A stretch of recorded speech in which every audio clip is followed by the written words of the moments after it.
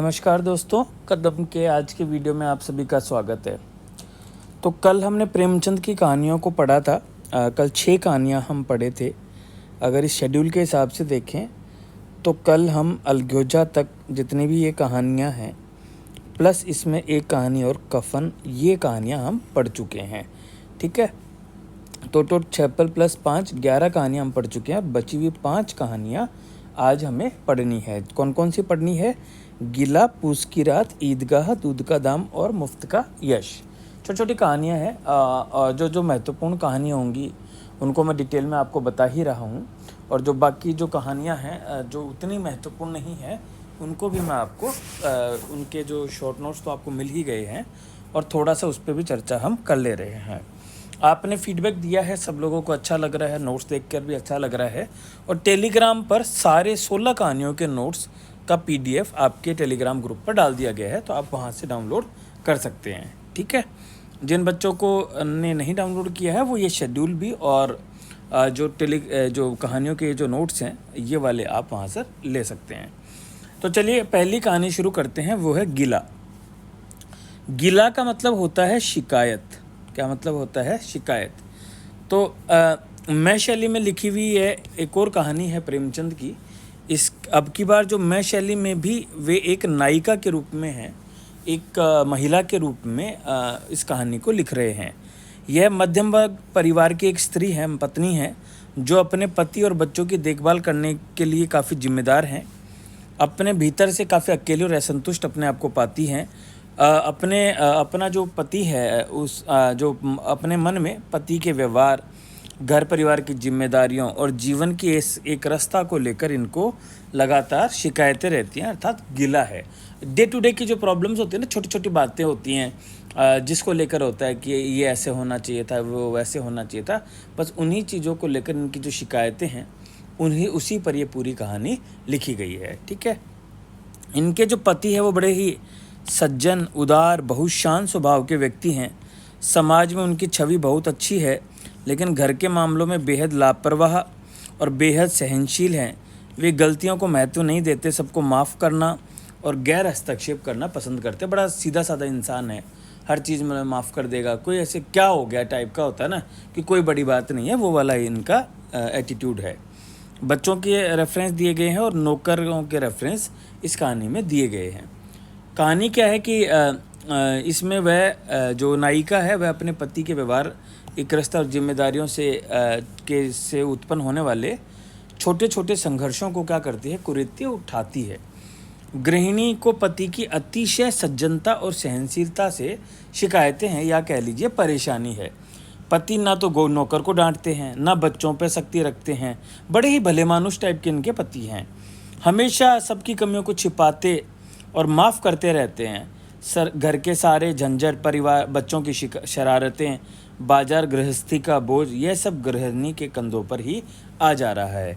जब किसी घरेलू नौकर या बच्चे से गलती हो जाती है तो पत्नी तो गुस्सा होती है, लेकिन पति उसे या तो छुपा लेंगे या दोस्त को गुण में बदलने की कोशिश करेंगे। तो बच्चों की शरारत, नौकर की लापरवाही, जीवन की साधारणता, पति की शांति, हर बात में पत्नी को क्या रहती है, शिकायत रहती है। वह यह समझती है कि ज़िंदगी इन छोटी छोटी खटास और मिठास से ही बनती है। तो ऐसा कुछ नहीं है कि नायिका बहुत परेशान हो गई है, घर बार छोड़ने की बात कर रही है, ऐसा कुछ नहीं है। उसको ये एहसास होता है, लास्ट में भी एहसास दिखाया है कि वह केवल शिकायत करती है, असल में वह भी अपने परिवार, बच्चों और पति से बेहद जुड़ी हुई है, रिश्तों की मिठास को समझती है और एक भारतीय गृहिणी है। तो बस ये है कि कैसे डे टू डे में एक पारिवारिक ज़िंदगी चलती है, उसमें कैसे छोटे छोटे इश्यूज़ होते हैं, इस पर ये कहानी लिखी गई है। ठीक है, इसका अगर संवेदना पक्ष देखें तो दाम्पत्य जीवन की यथार्थता बताई गई है कि पति पत्नी के रिश्ते में प्रेम होता है, कर्तव्य होता है और हल्की फुल्की नाराज़गी का क्या होता है, मेल होता है। महिला मन की उलझन होती है, गृहिणी की झल्लाहट, अकेलापन और शिकायत, लेकिन उनके पीछे गहरा अपनापन देखने को मिलता है। जीवन की एक रास्ता देखने को मिलती है। समाज और घर में क्या होता है, अंतर देखने को मिलता है। क्षमा और स्वीकृति, है ना। अंत में जो नायिका है वो गिला को ही जीवन का हिस्सा मान लेती है और रिश्तों में मिठास को खोज लेती है। तो ये सारे टॉपिक्स, ये सारे संवेदनात्मक पक्ष हैं। भाषा में वही भाषा शैली सिंपल होगी, कथात्मक शैली में लिखी गई कहानी है। एक तरफा संवाद काफ़ी दिखाए गए हैं, नायिका के मन की आवाज़ को बताया गया है। संवाद जो है वह पत्नी के मन के खुद से निकलते हैं। बाह्य संवाद कम, आंतरिक विचार अधिक हैं। वर्णन घरेलू समस्याओं का बहुत ही अच्छा वर्णन किया गया है। दिनचर्या का सूक्ष्म और हंसाने वाला चित्रण किया गया है। पति के व्यवहार, बच्चों की जो आदतें हैं उनका भी व्यंग्य किया गया है। और यथार्थवत मध्यम वर्गीय परिवार का यह यथार्थ दिखाती है। ठीक है, तो ये कहानी हुई कौन सी, गिला। अगली जो कहानी है ये बड़ी प्रसिद्ध कहानी, वन ऑफ द बेस्ट कहानी प्रेमचंद की, वह है पूस की रात। किसानों की समस्याओं से जुड़ी हुई एक कहानी है। जिस प्रकार गोदान में किसान की समस्याएं बताई गई है, तो उसकी पृष्ठभूमि कहीं ना कहीं हमें पूस की रात में भी दिखाई देती है। पूस की रात का मतलब है कि ठंड की एक रात की बात इसमें की गई है। इसके जो पात्र हैं, हल्कू है, गरीब किसान है, थोड़ी सी ज़मीन है जिसके पास, ईमानदारी से अपनी मेहनत कर रहा है, लेकिन गरीबी से परेशान है। गरीबी की वजह से कर्ज लेता है, कर्ज से परेशान हो जाता है, कर्ज से डूबा रहता है, और वह ठंड में उस कर्ज के साथ पैसा नहीं होने के बावजूद अपनी फसल की रक्षा करने की कोशिश कर रहा है। मुन्नी हल्कू की पत्नी है, जो समझदार है, व्यवहारिक है और दिल से अपने पति का साथ देती है। वे अपने पति की बेबसी को महसूस तो करती है और परिवार की ज़रूरतों के लिए हमेशा सोचती रहती है। इसमें पहली बार एक पशु का जो मनोविज्ञान है वो दिखाया गया है। जबरा नाम का एक कुत्ता है, जो हल्कू का वफादार कुत्ता है। वो पूस की कड़कड़ाती रात में हल्कू के साथ रहता है खेत पर। दोनों की दोस्ती का भी एक मार्मिक चित्रण इस कहानी में किया गया है। महाजन जो पैसे उधार देते हैं, गांव वाले, ये सब भी पृष्ठभूमि में मौजूद है। अब कहानी क्या है, कहानी ये है कि भाई गरीब किसान हल्कू है, उसके पास थोड़ी सी ज़मीन है। शुरुआत यहाँ से होती है कि उसके पास 3 रुपये होते हैं, लेकिन उसको कंबल खरीदना होता है गर्म, क्योंकि सर्दी आने वाली है, बहुत तेज़ सर्दी पड़ रही है। तो वो सोचता है 3 रुपये का कंबल खरीद लिया जाए, और मुन्नी इस चीज़ पे फोर्स करती है उसको। लेकिन इतने में उससे कर्ज मांगने वाले आ जाते हैं और वो 3 रुपये उन्हीं को ही देने पड़ जाते हैं। अब वो कड़कड़ाती जो ठंड है उसमें बिना कंबल के खेत की रक्षा करना शुरू करता है रात को। साथ में उसके होता है जबरा कुत्ता, है ना। तो ठंड में सिकुड़ कर कभी चीलम पीता है, कभी अलाव जलाता है, कभी जबरा को अपने पास लिटा लेता है। इसके बावजूद उससे ठंड से राहत उसको नहीं मिलती। अलाव की गर्म राख में ही सो जाता है। रात भर हल्कू नींद और उम्मीद के बीच झूलता रहता है। इसी बीच नीलगायों का एक झुंड खेत में घुस आता है और पूरी फसल बर्बाद कर देता है। सुबह जब मुन्नी आती है तो देखती है कि सारा खेत उजड़ चुका है और हल्कू निश्चिंत सा सो रहा है। हल्कू को ये देखकर कोई दुख नहीं होता, बल्कि राहत सी होती है कि अब ठंडी रातों में उसको खेत में नहीं सोना पड़ेगा। ठीक है ना। तो ओवरऑल ये है कि एक मार्मिक चित्रण है ये, किसान की जो समस्याएं हैं उनका, ठंड की रात का एक बहुत अच्छा चित्रण किया गया है। कैसे एक किसान झेलता है, इन सब चीज़ों पर चर्चा की गई है। ये संविधानात्मक पक्ष में भी लिखेंगे आप कि किसान की स्थिति का चित्रण किया गया है। ठंड के साथ संघर्ष कैसे किया जाता है वो दिखाया है। पशु मनोविज्ञान की जो मैंने बात की उस पर चर्चा हुई है। हताशा और स्वीकारोक्ति हल्कू में देखने को मिलते हैं कि अंत में फसल बर्बाद हो जाने के बाद भी वो सोचता है कि ठीक है, हताशा से उसकी संतोष निकलता है, हताशा की पृष्ठभूमि में संतोष निकलता है कि ठीक है, अब ठंडी रातों में नहीं सोना पड़ेगा। शिल्प पक्ष में भी वही वर्णन शैली यहाँ पर प्रभावी हो जाएगी। प्रतीकात्मकता यहाँ देखने को मिलती है। कंबल किसान की मूलभूत आवश्यकताओं का प्रतीक है, जिससे भी वो मूलभूत आवश्यकता भी उसके पास क्या है, अनुपलब्ध है। यथार्थवाद, किसान का यथार्थवादी चित्रण उन्होंने किया है किसान की समस्याओं का। ये उदाहरण आप अपने स्तर पर देख लेंगे। ठीक है, तो 2 कहानी हमने पढ़ी, पूस की रात और गिला। अगली जो कहानी है वह है ईदगाह। ईदगाह जो कहानी है ये भी काफ़ी प्रसिद्ध कहानी है। मैंने ये बचपन में कहानी पढ़ी थी, हमारे सिलेबस में थी, तब भी ये कहानी बड़ी अच्छी लगती थी। एक अलग ही प्रकार की कहानी नज़र आती थी, ऐसे लगता था कि ये कितनी अच्छी कहानी लिखी है। तब तक इतना नहीं पता होता था कि प्रेमचंद ने लिखी है, किसने लिखी है, पर बड़ी अच्छी कहानी निकल के आई थी। ईदगाह क्या है, ईद का जो त्यौहार है उस पर लिखी गई कहानी है। इस पर एक जो बूढ़ी काकी अमीना दादी हैं, उनकी और उनका जो बेटा है हामिद, उस पे ये कहानी लिखी गई है। तो हामिद कौन है? हामिद 4-5 साल का एक मासूम अनाथ है, माँ बाप नहीं है, दादी के साथ रहता है, बहुत गरीब है, लेकिन आशावादी, दयालु और जिम्मेदार है। अमीना हामिद की बूढ़ी दादी है, बेटे बहू के गम और गरीबी का बोझ झेल रही है। हामिद को लेकिन खूब स्नेह करती है और उसके फिक्र में लगी रहती है। बाकी उसके कुछ दोस्तों के नाम दिए गए हैं, ये दोस्त भी उसके साथ होते हैं। कहानी इस पृष्ठभूमि में शुरू होती है। एक तो इसमें वृद्धावस्था, बाल मनोविज्ञान, इनको लेकर ये बहुत ही अच्छी कहानी है। और एक पृष्ठभूमि और निकल के आती है, कैसी आर्थिक परिस्थितियों में एक बच्चे का बचपन मरता है, इसकी भी प्रेमचंद कहीं ना कहीं चर्चा कर रहे हैं। कहानी सबसे भावुक और प्रसिद्ध कहानियों में से एक है। कहानी ईद की सुबह से शुरू होती है। हामिद अपने दोस्तों के साथ ईदगाह जाता है, नमाज पढ़ता है। अब जो अमीना है वो उसको कुछ पैसे देती है, 3 पैसे देती है कि मेले में जाएगा तो कुछ खाकर आएगा या कुछ अपना खिलौने वगैरह लाएगा, तो उसे 3 पैसे दिए जाते हैं ताकि वह जो चाहे, अच्छे कपड़े, खाने पीने की चीज़ें जो खरीदना चाहे वो खरीद सकता है। फिर मेले में जाते हैं सब लोग दोस्त, कुछ लोग जलेबी खाते हैं, खिलौने खाते हैं, कोई झूला लेता है, कुछ बच्चे खिलौने खरीदते हैं। हामिद क्या है, हामिद सोचता रहता है कि मुझे क्या खरीदना चाहिए, है ना। तो वो कंफ्यूज होता है कि भाई मैं क्या खरीदूं। एक बड़ा ही अच्छा दृश्य इसमें दिखाया है प्रेमचंद ने। एक जैसे टॉयज़ वगैरह लिया है, उसका इतना प्यारा चित्रण किया ना, पढ़िएगा कहानी, आपको बड़ा मज़ा आएगा कहानी पढ़ के। उसमें सैनिक का चित्रण किया है कि बच्चे जो खिलौने ले रहे हैं उनका बड़ा अच्छा ही चित्रण उन्होंने किया है। तो देखिएगा, आप ज़रूर देखिएगा। तो फिर ये कंफ्यूज होता है हामिद कि मैं क्या लूँ, अपना इसके मन में विचार चलते हैं। अंत में ये उसको याद आता है कि उसकी जो दादी है वो जब रोटी बनाती है तो उसका हाथ जल जाता है। तो सारा मेला देखकर भी अंत में वह दादी के लिए चिमटा लेकर आता है कि दादी के हाथ नहीं जलें। दादी पहले नाराज़ होती है कि जब चिमटा देखती है कि ये न तो मिठाई खाया न खिलौना लाया, लेकिन जब उसे कारण पता चलता है कि उसकी आंखों में आंसू आ जाते हैं और चेहरे पर स्नेह झलक उठता है। हामिद अपने त्याग, मजबूरी और मासूम से प्रेम से पाठकों का दिल छू लेता है।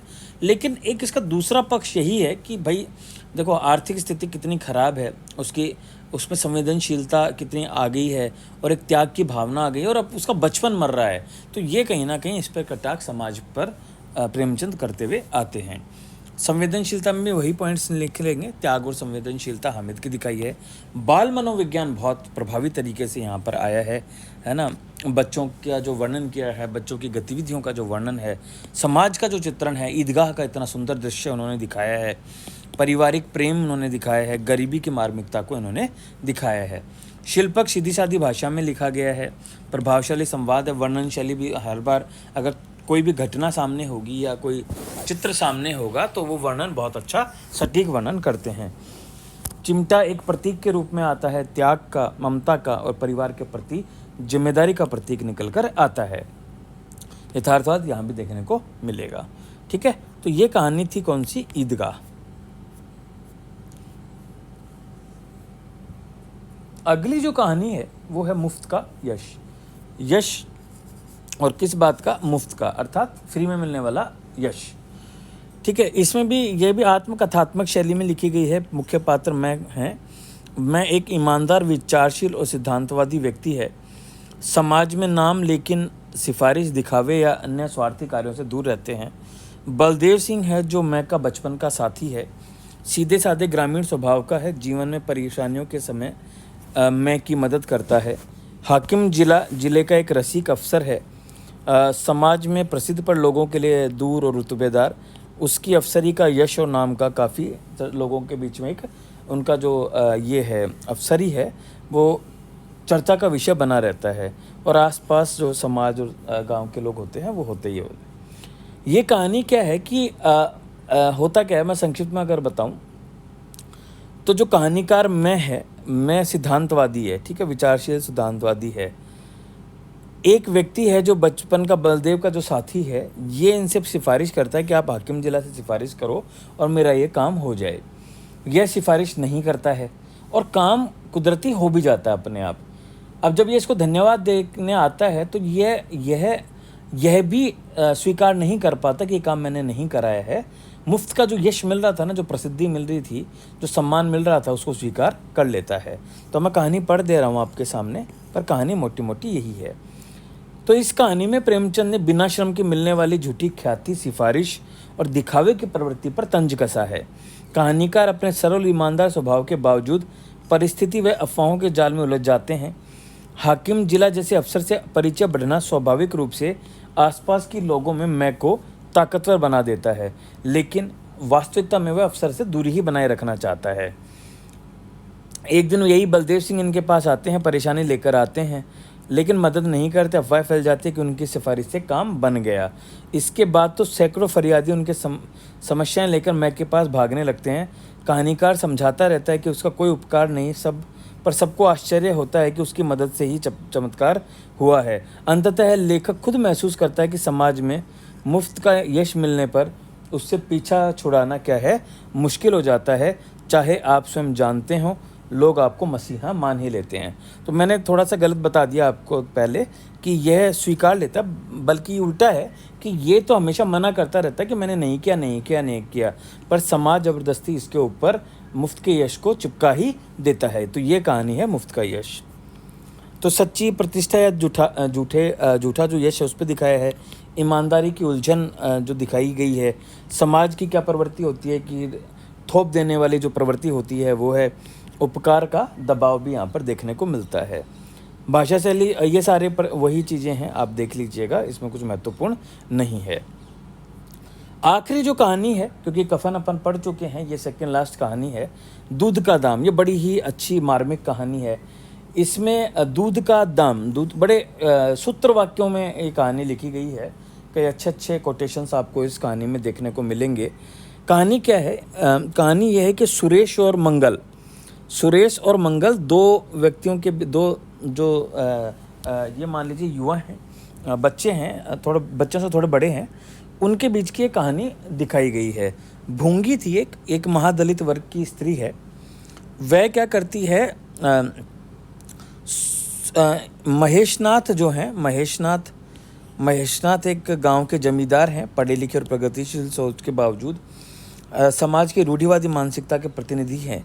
इन महेश बाबू का बेटा होता है सुरेश, ठीक है।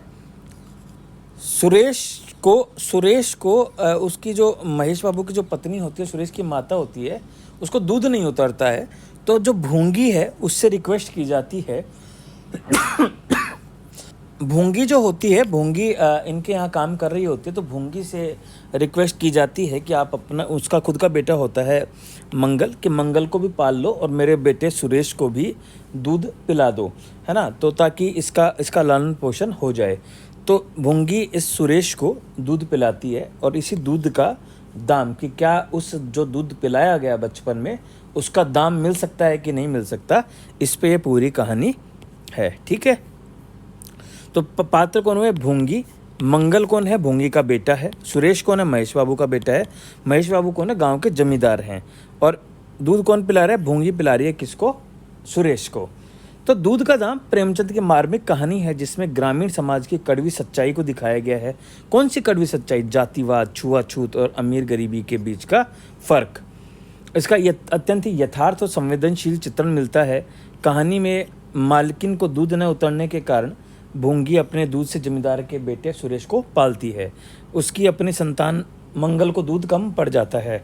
उसकी एवज में भूंगी को थोड़ी भौतिक राहत तो मिलते हैं, लेकिन उसका सामाजिक दायरा अपमान और गरीबी की पीड़ा नहीं मिटती है। कहानी का अगला भाग समाज की विडंबना को उजागर करता है। मंगल जो भूंगी के दूध से बड़ा हुआ है, उसको महलों का प्यार नहीं मिला है, जबकि सुरेश वही दूध पीकर समाज की ऊंचाई पर है। भूंगी की मृत्यु के बाद अनाथ मंगल को खाने के लिए जूठन ही मिलती है और उस पर उपकार जैसा जताया जाता है। कहानी में अंत में यही बताती है कि जिस माँ के दूध की कोई कीमत नहीं, उस त्याग का सामाजिक मूल्य क्या है? शून्य है।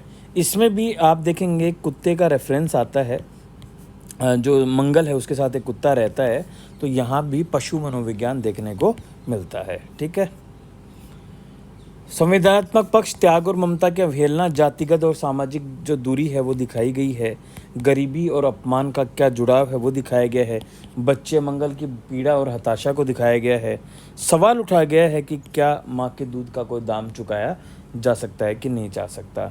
प्रतीकात्मकता में देखें तो दूध एक प्रतीक है, केवल भोजन ही नहीं बल्कि ममता, त्याग व सामाजिक भेद का व्यंग्य किया है समाज पर उन्होंने। ठीक है, यथार्थवाद तो दिखेगा, संवेदनशीलता यहाँ पर देखने को मिलती है। पात्रों के भीतर घुमड़ते भाव, जो भूंगी के भाव हैं वो दिखाए गए हैं। तो जैसे इसमें काफ़ी वो मिलेंगे आपको सूत्र वाक्य। ये देखो, लोग कहते हैं दूध का दाम नहीं चुका सकता और मुझे अपने दूध का यह दाम मिल रहा है। जूठन को वो दूध का दाम बता रहा है।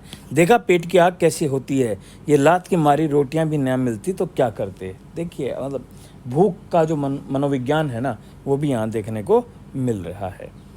ठीक है, तो ये आखिरी कहानी थी हमारी।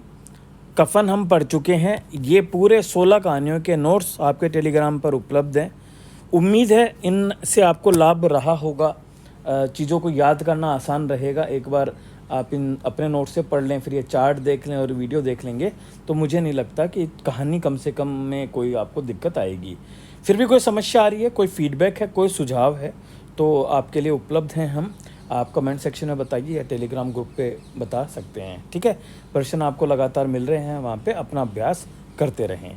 तो आज के लिए बस इतना ही। बहुत बहुत धन्यवाद।